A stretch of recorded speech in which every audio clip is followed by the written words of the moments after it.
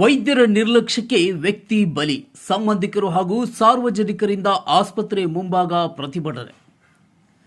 ಉಸಿರಾಟ ತೊಂದರೆಯಿಂದ ಬಳಲುತ್ತಿದ್ದ ಆಲೂರು ಪಟ್ಟಣದ ಪ್ರಕೃತಿ ನಗರದ ನಿವಾಸಿ ನವೀಜ್ ಶರೀಫ್ ಎಂಬುವರು ವೈದ್ಯರ ಹಾಗೂ ಸಿಬ್ಬಂದಿಗಳ ನಿರ್ಲಕ್ಷ್ಯಕ್ಕೆ ಮೃತಪಟ್ಟಿದ್ದು, ಮೃತ ಸಂಬಂಧಿಕರು ಹಾಗೂ ಸಾರ್ವಜನಿಕರು ಇಂದು ಆಸ್ಪತ್ರೆ ಮುಂಭಾಗ ಆಸ್ಪತ್ರೆ ಹಾಗೂ ಅಧಿಕಾರಿಗಳ ವಿರುದ್ಧ ಪ್ರತಿಭಟನೆ ನಡೆಸಿ ಆಕ್ರೋಶ ವ್ಯಕ್ತಪಡಿಸಿದರು.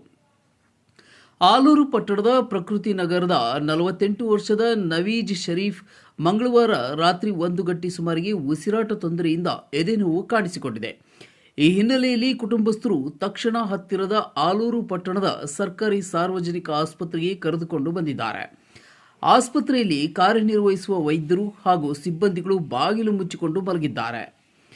ನವೀಜ್ ಶರೀಫ್ ಸಂಬಂಧಿಕರು ಎಷ್ಟೇ ಜೋರಾಗಿ ಬಾಗಿಲು ಬಡಿದರೂ ತೆರೆಯದಿದ್ದಾಗ ಪುನಃ ಮನೆಗೆ ಹೋಗಿ ಬೇರೆ ವಾಹನ ವ್ಯವಸ್ಥೆ ಮಾಡಿಕೊಂಡು ಹಾಸನಕ್ಕೆ ಹೋಗುವ ತರಾತುರಿಯಲ್ಲಿ ಇರುವಾಗಲೇ ನವೀಜ್ ಶರೀಫ್ ಹೃದಯಾಘಾತಕ್ಕೆ ತುತ್ತಾಗಿ ಮೃತಪಟ್ಟಿದ್ದಾರೆ. ಈ ಹಿನ್ನೆಲೆಯಲ್ಲಿ ನವೀಜ್ ಶರೀಫ್ ಸಂಬಂಧಿಕರು ಹಾಗೂ ಸಾರ್ವಜನಿಕರು ಆಸ್ಪತ್ರೆ ಮುಂಭಾಗ ಪ್ರತಿಭಟನೆ ನಡೆಸಿ ಸಾವಿಗೆ ಆಸ್ಪತ್ರೆ ವೈದ್ಯರು ಹಾಗೂ ಸಿಬ್ಬಂದಿಗಳ ನಿರ್ಲಕ್ಷ್ಯ ಕಾರಣ. ಬಡವರ ಪ್ರಾಣಕ್ಕೆ ಸರ್ಕಾರಿ ಆಸ್ಪತ್ರೆಗಳಲ್ಲಿ ಬೆಲೆ ಇಲ್ಲದಂತಾಗಿದೆ, ಬದ್ಧತೆ ಇಲ್ಲದಂತೆ ಕೆಲಸ ಮಾಡುತ್ತಿದ್ದಾರೆ. ಕೂಡಲೇ ಈ ಬಗ್ಗೆ ತನಿಖೆ ನಡೆಸಬೇಕು, ತಪ್ಪಿತಸ್ಥರ ವಿರುದ್ಧ ಕ್ರಮ ಜರುಗಿಸಬೇಕು ಎಂದರಲ್ಲದೆ ಜಿಲ್ಲಾ ಆರೋಗ್ಯಾಧಿಕಾರಿ ಸ್ಥಳಕ್ಕೆ ಆಗಮಿಸಬೇಕೆಂದು ಪ್ರತಿಭಟನಾಕಾರರು ಆಗ್ರಹಿಸಿದರು. ಇನ್ನು ಈ ಸಂದರ್ಭದಲ್ಲಿ ಜೆಡಿಎಸ್ ಅಧ್ಯಕ್ಷ ಕೆಎಸ್ ಮಂಜೇಗೌಡ ಸೇರಿದಂತೆ ಹಲವು ಮುಖಂಡರು ಪ್ರತಿಭಟನಾಕಾರರ ಮನವೊಲಿಸಲು ಮುಂದಾದರೂ ಪ್ರತಿಭಟನಾಕಾರರು ಜಿಲ್ಲಾ ಆರೋಗ್ಯ ಅಧಿಕಾರಿಗಳು ಸ್ಥಳಕ್ಕೆ ಭೇಟಿ ನೀಡುವವರೆಗೂ ಪ್ರತಿಭಟನೆ ವಾಪಸ್ ಪಡೆಯುವುದಿಲ್ಲ. ಆಲೂರು ಪಟ್ಟಣದ ಸರ್ಕಾರಿ ಸಾರ್ವಜನಿಕ ಆಸ್ಪತ್ರೆಯಲ್ಲಿ ಕಾರ್ಯನಿರ್ವಹಿಸುವ ಕೆಲವು ಸಿಬ್ಬಂದಿಗಳು ಸರ್ವಾಧಿಕಾರಿಗಳಂತೆ ವರ್ತಿಸುತ್ತಿದ್ದಾರೆ. ಇವರನ್ನ ಕೂಡಲೇ ಸರ್ಕಾರಿ ನೌಕರಿಯಿಂದ ವಜಾ ಮಾಡಬೇಕೆಂದು ಒತ್ತಾಯಿಸಿದರು.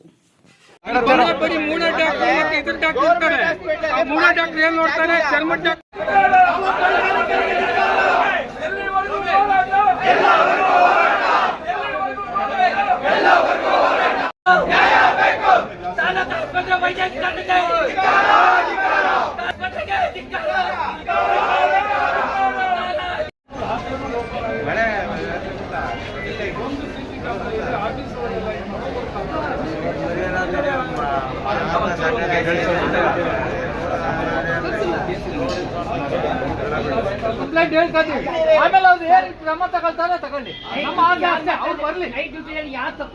ನಾವು ಮಾತಾಡಿ ಪ್ರಯೋಜನ ಇಲ್ಲ. ಅವ್ರಿಗೆ ಇನ್ನೂ ಹಾಕೋ ಕರ್ಲೇಂದೇವು ನಾವೆಲ್ಲ ಸೈಡ್ನೆಯಿಂದ ಸಮಾಧಾನವಾಗಿದ್ದೀವಿ. ಎಷ್ಟೇ ನೋವಾದ್ರೂ ಇಲ್ಲಿವರೆಗೂ ಆಸ್ಪತ್ರೆ ವಿರುದ್ಧ ಯಾವುದೇ ಹೋರಾಟ ನಡೆದಿರಲಿಲ್ಲ. ಈಗ ಹೋರಾಟ ಅನಿವಾರ್ಯ ಯಾಕಾಗಿದೆ ಅಂದ್ರೆ ನೂರಾರು ಸಾವುಗಳು ಸಂಭವಿಸಿದೆ.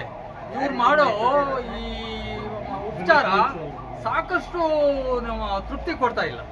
ಇನ್ನ ನಿನ್ನೆ ರಾತ್ರಿ 12 ಗಂಟೆಗೆ ಒಬ್ಬರಿಗೆ ಎದೆ ನೋವು ಅಂತ ಅಂದ್ಬಿಟ್ಟು ಬಂದ್ರೆ ಅರ್ಧ ಗಂಟೆ ಸಮಯ ಬಾಗಿಲು ತಟ್ಟಿದ್ರು ಬಾಗಿಲನ್ನ ತೆರೀದೇನೆ ಇರಲಿಲ್ಲ. ಆ ಕಾರಣಕ್ಕೆ ಅವ್ರು ಏನ್ ಮಾಡಿದ್ದಾರೆ, ನನಗೇನೋ ಗ್ಯಾಸ್ ಸಿಕ್ಕಿರ್ಬೋದು ಅಂತ ಹೋಗಿ ಮನೆ ಮಲಗಿದ್ದಾರೆ. 1 ಗಂಟೆ ನಂತರ ಅವ್ರ ಪ್ರಾಣ ಹೊರಟೋಗಿದೆ. ಇವರು ಬಾಗಿಲು ತೆಗೆದು ತಕ್ಷಣ ಒಂದು ಉಪಚಾರ ಮಾಡಿ ಇವರಿಗೆ ಹಾರ್ಟ್ ಪ್ರಾಬ್ಲಮ್ ಇದೆ ಅಂತ ಹೇಳಿರ್ತಿದ್ರೆ ಅವನು ಯಾವುದೋ ಒಂದು ಮೇಲ್ ಆಸ್ಪತ್ರೆಗೆ ಹೋಗಿ ಅವನು ಚಿಕಿತ್ಸೆ ಪಡೆದು ಏನೋ ಒಂದು ಆಗ್ತಿದ್ದ. ಅದು ಬೇರೆ, ದೈವಿಚ್ಛೆ ಏನಿತ್ತು ಅದಾಗಿದೆ.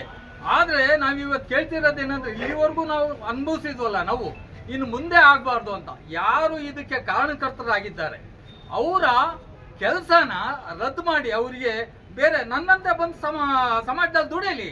ನಾನು ಕಡಲೆಕಾಯಿ ಮಾಡ್ತೀನಿ, ನಾನು ಹಲಸಿನ ತೋಳೆ ಮಾಡ್ತೀನಿ, ಅವನು ಮಾರ್ಲಿ. ಅವನಿಗೆ ನೋವು ಗೊತ್ತಾಗ್ಬೇಕು, ಬಡವನ ಪರಿಸ್ಥಿತಿ ಏನು ಅಂತ ಅವನಿಗೆ ಗೊತ್ತಾಗ್ಬೇಕು. ಅವನ ಕೆಲಸ ಗೇಟ್ ತಟ್ಟಿದ್ದಾರೆ. ಸುಮಾರು 30-30 ಅವರು ಗೇಟ್ ತೆಗ್ದಿಲ್ಲ. 12 ಗಂಟೆಗೆ ಹೆಚ್ಚು ಕಮ್ಮಿ 12 ಗಂಟೆ ಮೇಲೆ ಬಂದು ಗೇಟ್ ತಟ್ಟುವ ಹೊತ್ತಿಗೆ ಗೇಟ್ ತಪ್ಪಿಸಿಲ್ಲ ಅವರು. ಇದೆಲ್ಲ ಆಮೇಲೆ ಅವರು ಮನೆಗೆ ಹೋಗಿದ್ದಾರೆ. ಗೇಟ್ ತಟ್ಟಿಲ್ಲ ಅಂತ ಮನೆಗೆ ಹೋಗಿ ಅಲ್ಲಿ ಜಾಸ್ತಿ ಉಸಿರಾಟ ತೊಂದರೆ ಆಗಿ ಬಾತ್ರೂಮ್ ಅಲ್ಲೇ ಸಾವನ್ನಪ್ಪಿದ್ದಾರೆ. ಇದು ಹೊಣೆ ಯಾರು? ಇದಕ್ಕೋಸ್ಕರ ನೀವೇ ನ್ಯಾಯ ಕೊಡಿಸ್ಬೇಕು ನಮ್ಗೆ, ಗೊತ್ತಾ? ಇದು ಒಬ್ಬರಿಗಲ್ಲ, ಇನ್ನು 100 ಜನರಿಗೆ ಇದೇ ತರ ಪ್ರಾಬ್ಲಮ್ ಆಗ್ತಾ ಇದೆ. ಪೇಷಂಟ್ಗಳು ಬಂದ್ರು ಇಲ್ಲಿ ಕಾಯ್ಬೇಕು, ಅರ್ಧ ಗಂಟೆ 1 ಗಂಟೆ ಕಾಯ್ಬೇಕು, ಡಾಕ್ಟರ್ಗೆ 1 ಗಂಟೆ ಕಾಯ್ಬೇಕು. ಪೇಷಂಟ್ ಸತ್ ಮೇಲೆ ನೋಡ್ತೀರಾ? ಮತ್ತೆ ಸಾರ್ವಜನಿಕ ಆಸ್ಪತ್ರೆ ಏನಕ್ಕಿರೋದು? ಜನರಿಗೆ ಅನುಕೂಲಗೋಸ್ಕರ ಇರೋದು, ಜನರಿಗೆ ಹಾಳೋಗೋಸ್ಕರ ಅಲ್ಲ.